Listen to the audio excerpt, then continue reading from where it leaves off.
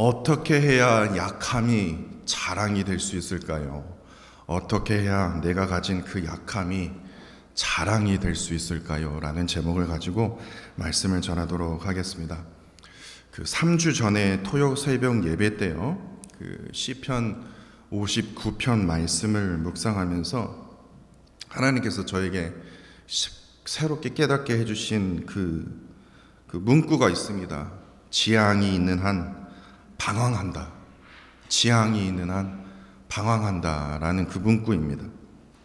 그 문구가 얼마나 위로가 되고 용기가 되는지, 사실 이 문구는 제가 만든 문구가 아니라 서울대학교 명예교수였던 그 전영애 교수님이요, 그 독일어로 된 그 파우스트 작품을 무려 40년 동안 연구해 보면서 그 60년간 그 파우스트 작품을 만들었던 이 괴테를 그 작품을요 단 한 문장으로 이렇게 표현을 했습니다.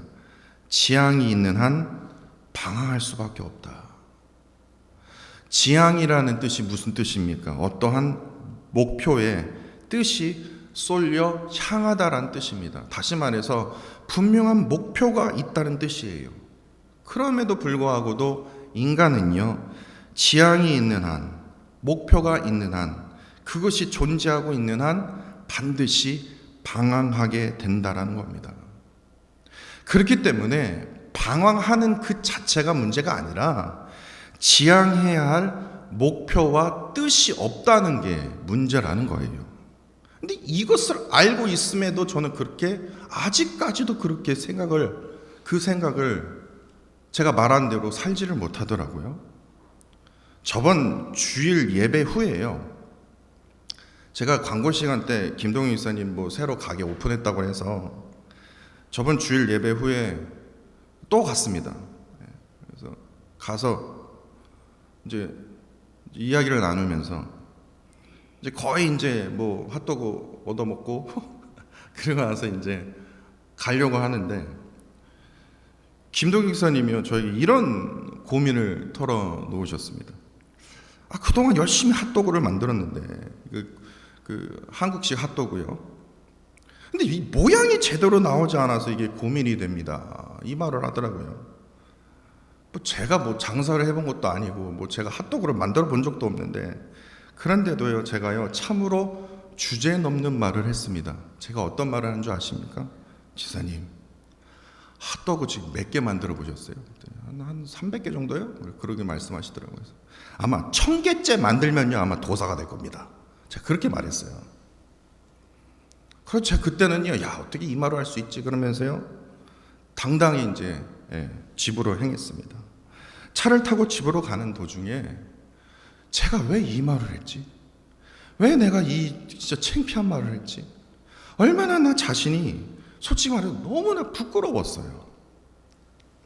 여러분들 기억하십니까? 2007년 8월이었습니다. 꼭 기억하십시오. 2007년 8월입니다. 제가 처음 루이빌에 방문한 날입니다. 2007년 8월 달에 제가 루이빌 땅을 처음 밟았어요. 처음 밟자마자 루이빌 교회에 들렸습니다. 그리고 나서 2023년이 아닙니까? 무려 16년이 지났습니다. 한 교회에서요 전도사로 섬겼고요, 목사로 섬겼습니다.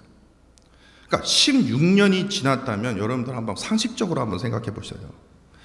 달인이 돼야 되지 않습니까? 한 교회에서 16년을 섬겼다라면 뭐를 해도 달인이 돼야 되지 않습니까?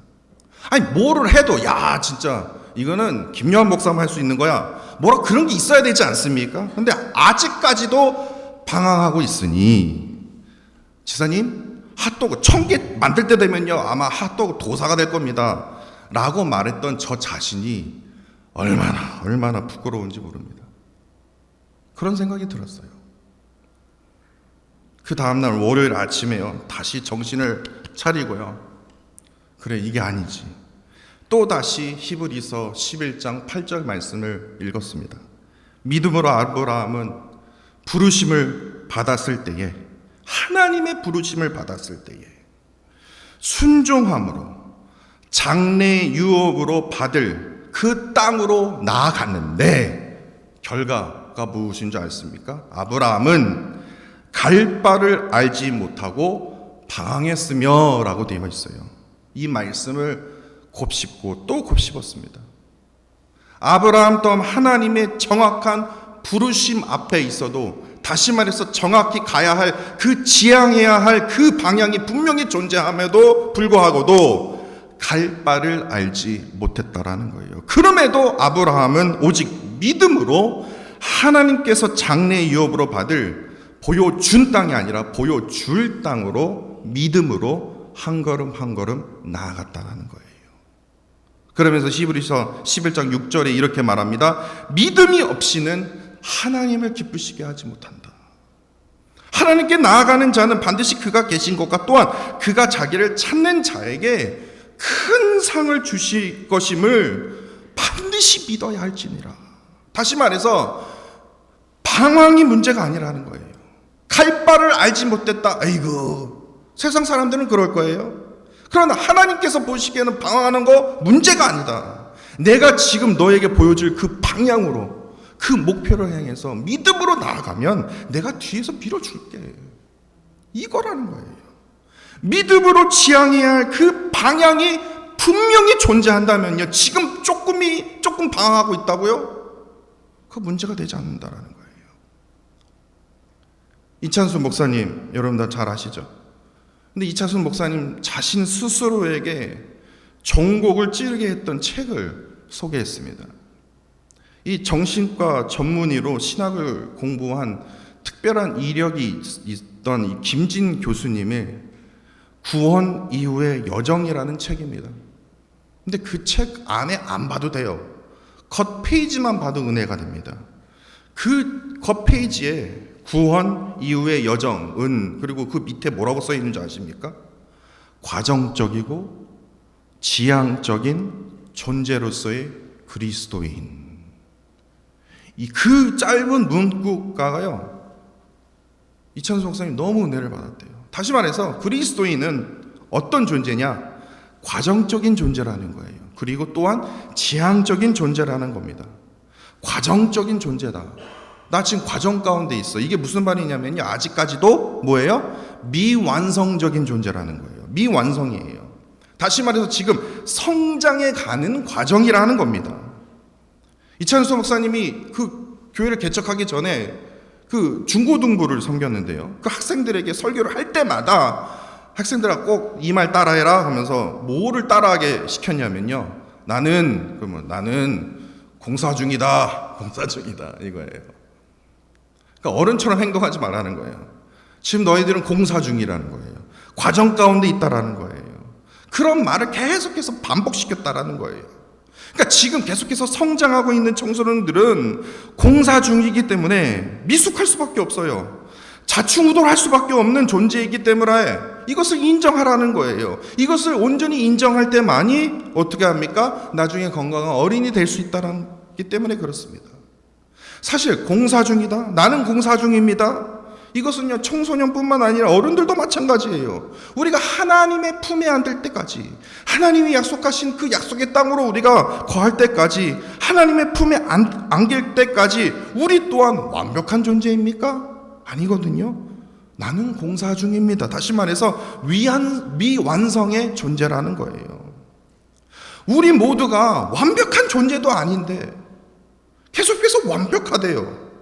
그러니까 완벽한 자체를 딱 생각해 보니까 다른 사람 보니까 다른 사람만 보면 아주 타인을 국률이 여기지 못하고 계속해서 손가락질하는 거예요. 손가락질하는 이유가 뭡니까? 나는 완성이고 너는 미완성이야, 이 뜻이거든요. 근데 별 차이 없거든요. 그러면서 더 나아가서 나 자신 스스로에게 자꾸만 실망하게 되는 거예요. 나는 왜 계속해서 이 모양 이 꼴이지? 나는 왜 이거밖에 안 되지? SNS, 페이스북, 인스타그램 보면서 다른 사람들 이렇게 잘 사는 왜 나는 이거밖에 안 되지? 그렇게 다른 사람과 비교하기까지도 합니다. 나 자신이 과정적인 존재라는 것을 인정하지 못하면 못할수록 자꾸만 자신에게 실망하면서 더 나아가 자괴감에 빠질 수 있다는 것을 우리가 기억해야 됩니다. 그렇기 때문에 나는 공사 중입니다. 나 자신이 과정적인 존재라는 것과 동시에 지향적인 존재라는 그 사실을 우리가 잊지 말아야 할 것입니다. 과정적인 존재이기 때문에, 미완성적인 존재이기 때문에 우리가 누가 필요합니까? 하나님의 인도하심이 있어야 된다는 겁니다. 하나님의 인도하심에 따라 우리가 갈 바를 알지 못하여 방황하는 그런 일들이 있음에도 불구하고도 하나님께서 보여줄 그 땅으로 지향해야 할 그 목표를 향해서 아브라함처럼 오직 믿음으로 한 걸음 한 걸음, 다른 사람보다 더딘다 할지라도 한 걸음 한 걸음 끊임없이 우리는 앞으로 전진해 나가야 된다는 거예요. 우리가 믿음으로 하나님께 나아갈 수만 있다면, 우리가 믿음으로 하나님만을 부를 수만 있다면, 우리가 믿음으로 어제 말씀드렸죠, 하나님 중심에만 설 수 있다면 하나님께서는 우리를 통해서 놀라운 기적과 은혜를 베풀어 주실 것입니다. 그렇기에 나 자신이 과정적이고 지향적인 존재로서의 그 그리스도인이라는 그 사실을 깊이 자각하면서 우리가 믿음으로 나아갈 수 있다면 오늘보다 더 성숙한 그리스도인으로 살아가면서 크고 놀라운 하나님의 그 은혜와 기적을 날마다 우리의 삶 속에서 체험할 수 있다는 사실입니다. 이런 의미에서 오늘 본문을 보시면요, 아주 중요한 것들을 우리가 찾을 수 있습니다. 오늘 본문에 우리가 몰랐던 사실을 여러분들은 알게 되는 어떤 그런 계기가 될 거라고 저는 믿습니다. 바울이 경험했던 그 1차 전도 여행하면서요, 이 두 가지 패턴이 있습니다. 무슨 패턴이 있냐면, 첫 번째 패턴이요, 어떤 패턴이 있냐면요, 4절에요, 바울이 복음을 전하면요, 와, 기적이 일어나고 막 베드로가 한번 설교했더니 막 4-5천 명이 막 회개하고 막 그래야 되는데 항상 두 부류로 나눈다라는 거예요. 유대인들을 따르는 자도 있고 두 사도를 따르는 자도 있더라, 이렇게 기록하고 있지 않습니까? 그러니까 열심히 목숨을 다해 복음을 전했지만 믿음의 사람과 불신의 사람으로 나누게 된다는 거예요. 항상 그러한 패턴으로 계속 간다라는 겁니다. 똑같은 자리에서 똑같은 시간에 똑같은 말씀을 들어도 복음을 끝까지 완강히 NO, 이건 말도 안 되는 말이야, 거부하는 사람이 있는가 하면 그 복음의 진리 앞에 그렇구나, 회개함으로 순종하는 사람이 나타나는 그러한 반복이 이제 계속해서 이어진다는 거예요. 그리고 두 번째 패턴은요, 이제 조금 가슴 아픈 패턴인데요, 2절입니다. 순종하지 아니했던 이 유대인들이 이방인들의 마음을 선동하여 그 사도 바울과 바나바를 어떻게 합니까? 악감을 품게 했다라는 거예요. 다시 말해서 유대교 지도자 무리들이 어떠한 방법을 사용해서라도 바울을 박해했고 시기했다라는 거예요. 포기하도록. 이게 뭔 소리야? 뭔 복음을 전하는 거야? 끝까지 쫓아갔어요. 사도행전 14장 50절을 보시면요, 유대 지도자들이요, 이 비시디아 안디옥에 살고 있는 모든 귀부인들까지 유력자들을 선동해서요 바울을 박해하기 시작했다라는 거예요. 바울이 가는 곳곳마다 박해가 끊이지를 않았어요. 그러니까 바울이 그랬을 거예요. 아니, 꼭 이러려고 나를 하나님 부르셨습니까? 아니, 베드로는 한 번 설교하고 저렇게 막 기적을 일으킨다는데 왜 저는 왜 이렇게 지구 끝까지도 저런 악감을 푸는 자들이 나를 왜 이렇게 박해할까요? 나를 왜 이렇게 괴롭게 할까요? 그 유대인들의 그 지도자들의 이 시기와 박해는요, 아주 그냥 바울이 하늘나라 갈 때까지 계속 이어졌다는 것은 여러분도 아시지 않습니까? 결국에요, 바울이 받았던 이 시기와 박해와 고난의 반복은 결국 이러한 결과를 얻게 됩니다. 황당합니다. 고린도후서 11장 23절로 27절에 있어요. 사도 바울이 직접 이렇게 고백했습니다. 옥에 갇히기도 더 많이 하고, 그까짓 건 못 돼. 그런데요, 이 이후에는 더 어이가 없습니다. 매도 수없이 맞고 여러 번 죽을 뻔하였으나 유대인들에게 40에서 하나를 감한 매를 5번 맞았으며, 이게 무슨 말이냐면요, 인간이 감당할 수 있는 매가 40번이거든요. 40번이 넘어가면 거의 죽어요. 그래서 40번이 맥시멈이구나. 근데 그 40번에서 뭐예요? 하나를 감한 매, 그러니까 39번 맞는 그 매를 몇 번 맞았다고요? 5번 맞았다라는 거예요. 그리고 3번 태장을 맞고, 태장이 뭐냐면요, 이 매 막대기에 뭐가 달려있냐면요, 책찍질에 뭐가 달려있냐면요, 납이 달려있거든요. 한 번 맞으면 살이 뜯겨나갑니다. 3번 태장을 맞고, 1번 돌로 맞고, 3번 파선하여 1주야를 깊은 바다에 지냈으며, 강의 위협과 강도의 위험과 동족의 위험과 이방인의 위험과, 좀 끝났으면 좋겠는데 계속 이어가겠습니다. 시내의 위험과 광야의 위험과 바다의 위험과 거짓 형제 중의 위험을 당하고, 또 수고하고 애쓰고 여러 번 자지 못하고 줄이며 목마르고 여러 번 굶고 춥고 헐벗었노라. 제가 지어낸 일이 아닙니다. 이거 찾아보세요. 고린도후서 11장 23절로 27절입니다. 하나님 이러려고 저를 부르셨습니까? 왜 저에게 이러한 고통을 주십니까? 복음을 전하면요, 기적이 일어나야 되지 않습니까? 복음을 전하면 뭔가 좀 해피엔딩이 있어야 되지 않습니까, 하나님? 근데 왜요? 방황할 수밖에 없어요. 분명한 목표를 향해서 지금 달려가고 있거든요. 그런데 나타난 현상은요, 이러한 결과라는 거예요. 그러면서요, 진짜 제가요, 정말 이해할 수 없는 그 고백을 사도 바울이 하게 됩니다. 이게 뭔지 아십니까? 고린도후서 11장 30절 말씀입니다. 이해할 수가 없어요. 이러한 어려움을 당했는데요, 이건 한 가지 어려움도 아니고 인간이 감당할 수 있는 이 선을 넘은 것 같거든요. 그런데 이러한 가운데 뭐라고 얘기하냐면요, 고린도후서 11장 30절입니다. 내가 부득불 자랑할진대. 내가 자랑할 게 있거든. 그게 뭔지 아냐? 내가 약한 것을 자랑하리라. 약한 것을 자랑하리라. 궁금하지 않습니까? 약한 것? 무엇이 약했다라는 거야? 바울이 가진 그 약한 것이란 무엇을 말할까요? 이제 그것을 찾기 시작했습니다. 저번 시간에 바울과 바나바가요, 구브로 섬에 있는 이 바보라는 그 지역으로 들어가지 않습니까? 그 지역에서 서기오 바울 총독을 이제 전도하게 된 그 과정의 이야기를 제가 말씀드렸습니다. 근데 이후에요, 사도행전 13장 이제 13절에요, 이제 바보에서요, 이제 전도하고 나서 바보에서 다시 배를 타고 밤빌리아 지역에 있는 버가에 도착합니다. 버가예요, 버가. 근데 그 버가를요, 그 버가가 되게 큰 도시예요. 제가 그 구글 지도로 제가 다시 한번 찾아봤거든요. 근데 그 도시에 있더라고요. 터키예요. 터키에 버가가 지금도 있어요. 그러니까 그만큼 뭐예요? 엄청난 대도시였다라는 것을 우리가 알 수 있습니다. 그런데 좀 상식이 넘어간 행동을 합니다. 뭐냐면요, 사도행전 14장 14절을 보시면요, 바울은요, 저 같으면 대도시니까요, 버가에서 어떻게 하든 복음을 전할 것 같아요. 거기서 어떻게 하든 뭐가 좀 살 것 같아요. 근데 거기서 머물지 않고 거기서 복음을 전하지 않습니다. 곧바로 어디로 가냐? 비시디아 안디옥으로 올라갑니다.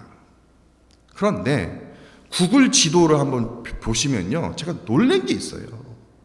버가에서요, 대도시 버가에서 비시디아 안디옥은요, 그냥 하룻밤에 걸어갈 수 있는 그냥 우리처럼요, 그냥 평지가 아니에요.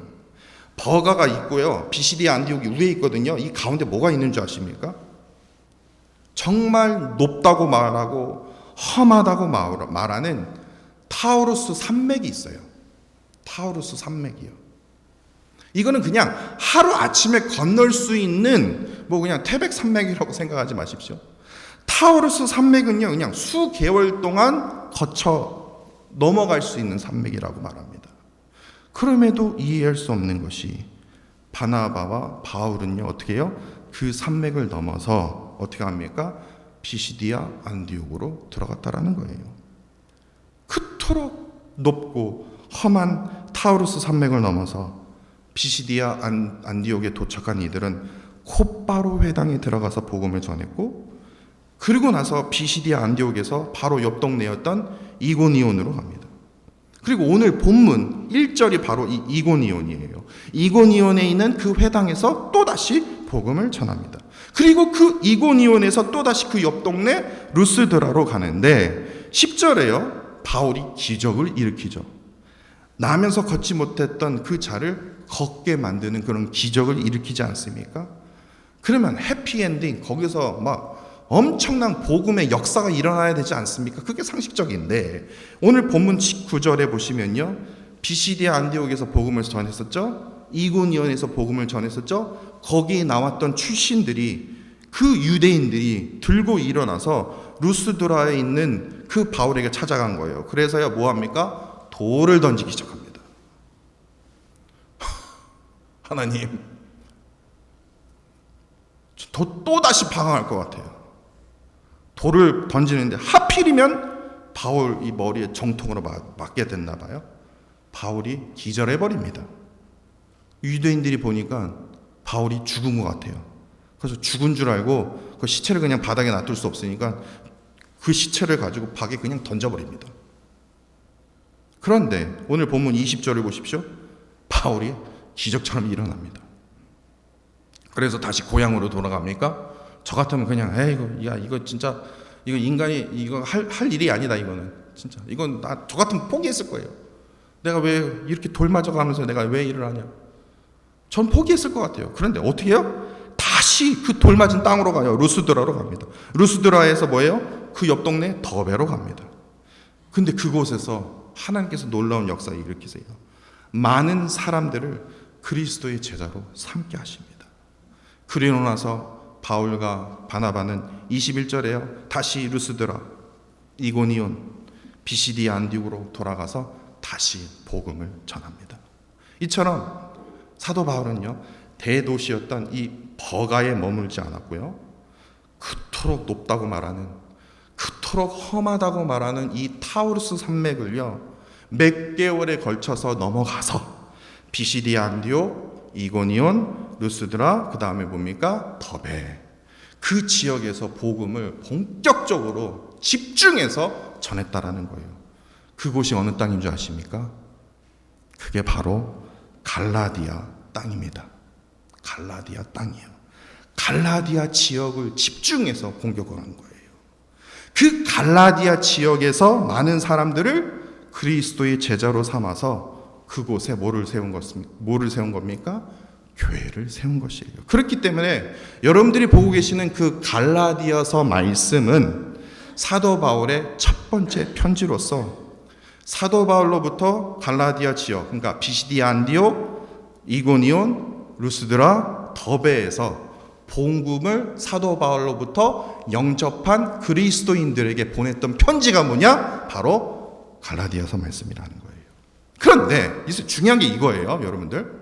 이 갈라디아 성도들에게 보낸 이 편지의 내용 중에 이런 내용이 있어요. 여러분 꼭 이거 기억하세요. 갈라디아서 4장 13절입니다. 내가 약한 것을 자랑하리라 라고 말을 했었죠. 근데 그 약한 것이 무엇인지 여기에 나와 있어요. 갈라디아서 4장 13절입니다. 내가 처음에 육체의 약함으로 말미암아 너희에게 복음을 전한 것을 너희가 아는 바라. 그러니까 사도 바울이 지금 자랑했던 그 약한 것이 무엇이냐면요, 지식의 약함, 생긴 것의 약함, 가진 것의 약함, 이것이 아니라 육체의 약함이었다라는 거예요. 그러니까 사도 바울이 가진 육체의 약함, 다시 말해서 육체의 질병이 있었다라는 거예요. 근데 그 질병이 정확한 질병이 어떠한 질병인지는 우리는 알지 못합니다. 그러나 중요한 것은요, 오로지 이 갈라디아 지역을 전도하기 위해서, 복음으로 삼기 위해서, 주님의 백성들에게 이 갈라디아 지역에 살고 있는 백성들을 전하기 위해서 그렇게 높다고 말하는, 그렇게 험하다고 말하는 그 타우루스 산맥을 수세월간 넘어가면서 뭐 합니까? 넘어가다가 뭐를 걸린 거예요? 육체의 질병을 걸린 거예요. 육체의 질병이 있음에도 뭐예요? 이것은 나에게 고통이 아니다라는 거예요. 이것이 나에게 저주가 아니다라는 거예요. 야, 너 저주받았네. 저 타우루스 산맥 가더니 너 저주받은 거야. 근데 자기는 고통이 아니래요. 저주가 아니래요. 뭐예요? 자랑이래. 이걸 어떻게 이해할 수 있습니까? 이럴 때 사도 바울은요, 육체의 약함으로 인해서 방황할 수밖에 없었어요. 하나님, 제가 복음을 전해야 되는데 왜 나에게 육체의 약함을 주십니까? 제가 주를 위해서 지금 저렇게 험하다고 말하는, 높다고 말하는 이 타우루스 산맥을 내가 넘어왔는데 왜 나에게 이러한 약함을 주십니까? 왜 헤매게 만드십니까? 왜 방황하도록 만드십니까? 그런데요, 하나님께서는 내가 너에게 취향할 목표가 있다. 복음 전파다. 내가 너에게 강함을 허락하마. 갈라디아 지역을 포기하지 말라. 그래서요, 비록 비시디아 안디옥에서요, 말할 수 없는 박해를 받으며 이고니온에서 돌로 치려는 그 위협을 당해도요, 루스드라에서요, 결국에 그 돌에 맞아서 쓰러지지 않습니까? 유대인들이 죽은 줄 알았어요. 죽었어요. 근데 기적처럼 일어나는 그러한 일들을 경험해도 사도 바울은요, 어떠한 어려움이 있더라도요, 방황 가운데서도, 어려움 가운데서도 그것을 자랑으로 여기면서 오뚜기처럼 믿음으로 다시 일어나 갈라디아 그 지역에 있는 수많은 사람들에게 복음을 전하는 것을 포기하지 않았다라는 겁니다. 그렇기 때문에요, 오늘 본문은요, 우리에게 이러한 질문을 하고 있습니다. 과정적이고 지향적인 존재로 살아가는 그리스도인에게 이렇게 묻고 있어요. 어떻게 해야 약함이 자랑이 될 수 있냐고요. 어떻게 살아야지만 우리가 가진 이 약함이 강함이 될 수 있습니까? 갈라디아서 4장 13절의 말씀처럼, 이 사도 바울의 고백처럼요, 갈라디아 지역에 처음으로 나타난 이 사도 바울의 그 모습은 높고 험한 타우루스 산맥을 넘으면서 결국에 질병에 걸려서요, 육체의 약함으로 복음을 전하는 그런 어려운 상황이었다라는 겁니다. 뿐만 아니라 바울의 주변에는요, 끊임없이 시기와 박해가 끊이지가 않았어요. 결국에 돌에 맞아 목숨을 잃을 뻔도 했습니다. 이러한 상황 속에서도 그가 가진 그 약함이 당연히 고통이라고 말해야 되는데, 당연히 저주라고 말해야 되는데, 사도 바울은요, 그것이 나의 자랑이라고 말했다라는 거예요. 근데 어떻게 해서 이것이 가능할 수 있냐고요? 오늘 본문 23절을 보시면요, 사도 바울은 갈라디아 지역에 있는 각 교회의 장로들을 택해서 이제 금식으로 기도하면서 그들에게 갈라디아 지역 교회를 위탁하고 맡깁니다. 그리고 다시 수리아 안디옥으로 돌아와서 자신이 선교사로서 파송했던 그 안디옥 교회에서요, 첫 번째 선교 보고를 하게 되는데, 이에 대해서 사도행전의 저자는요, 이렇게 기록하고 있지 않습니까? 오늘 본문 27절 말씀입니다. 27절입니다. 하나님이 함께 행하신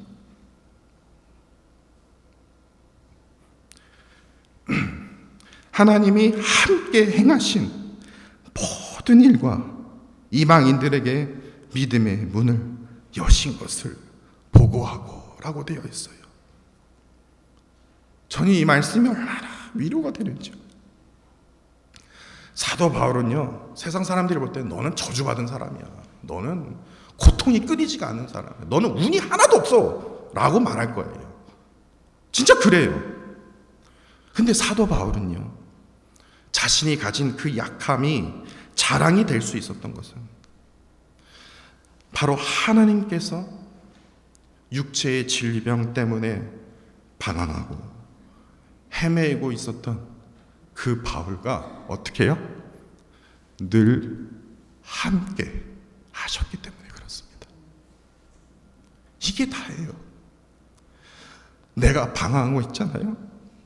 내가 헤매고 있잖아요. 하나님이 멀리 계신 것 같죠? 아니에요. 나와 함께 가지고 계신다. 나와 같이 울어주시고요, 나와 같이 기뻐해 주신다는 겁니다. 하나님은요, 나를 어느 순간에도 포기하지 않는다라는 거예요. 그 믿음의 땅으로 나아갈 수 있기까지, 지향해야 할 그 목표로 나아갈 때까지 하나님께서 우리와 함께 하시면서 나를 끝까지 포기하지 않고 밀어주신다는 거예요. 그러니까 이게 이해가 되더라고요. 하나님이 나와 늘 함께 하시고 계시는구나. 그렇기 때문에 사도 바울이 육체의 연약함 가운데, 질병 가운데 있어도, 또한 돌에 맞아 쓰러져도, 끊임없는 박해와 시기가 이어져도 오뚜기처럼 다시 일어나 복음을 전할 수 있었다라는 거예요. 하나님께서 그와 함께 하셨기 때문에 그토록 강팍했던 이방인들에게 믿음의 문을 여셨다는 거예요. 그렇기 때문에 아주 중요한 것이 이겁니다. 여러분들은 누구와 함께 하길 원하십니까? 누구와 함께 해야 합니까? 우리의 삶에 있어서 아주 중요한 질문이 바로 이겁니다. 누구와 함께 하냐에 따라서 우리의 인생이 달라진다라는 거예요. 다시 말해서 오직 전능하신 하나님이 나와 함께 하신다면 내 안에 가진 어떠한 약함이라 할지라도 그 약함이 뭐가 될 수 있다고요? 자랑이 될 수 있다라는 겁니다. 왜냐? 우리 전능하신 하나님께서는요, 내가 약할 때 뭐예요?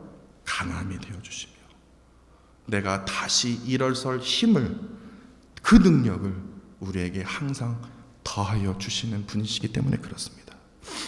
그렇기 때문에 그 약함 가운데 고통받고 계십니까? 그 약함 때문에 잠도 오지 않을 만큼 마음에 불안하고 또한 두려움 가운데 계십니까? 하나님이요, 지금 여러분들과 늘 함께 하신다는 것을 잊지 마십시오. 하나님께서 함께 하실 때는요, 놀라운 기적의 역사가 일어납니다. 비록 세상 사람들이 이건 저주다, 이건 고통이다, 이건 말도 안 된다 라고 말할지라도요, 여긴다 할지라도 그 약함이 내가 자랑이 될 수 있는 것은 그 이유가 내가 미친 게 아니라 전능하신 하나님이 나와 함께 하시기 때문입니다. 하나님과 늘 함께 함으로써 나의 약함이, 나의 아픔이, 나의 고통이 언제나 자랑이 되어지는 그러한 놀라운 은혜를 누리시는 저와 사랑하는 성도 여러분들이 되시기를 간절히 원합니다.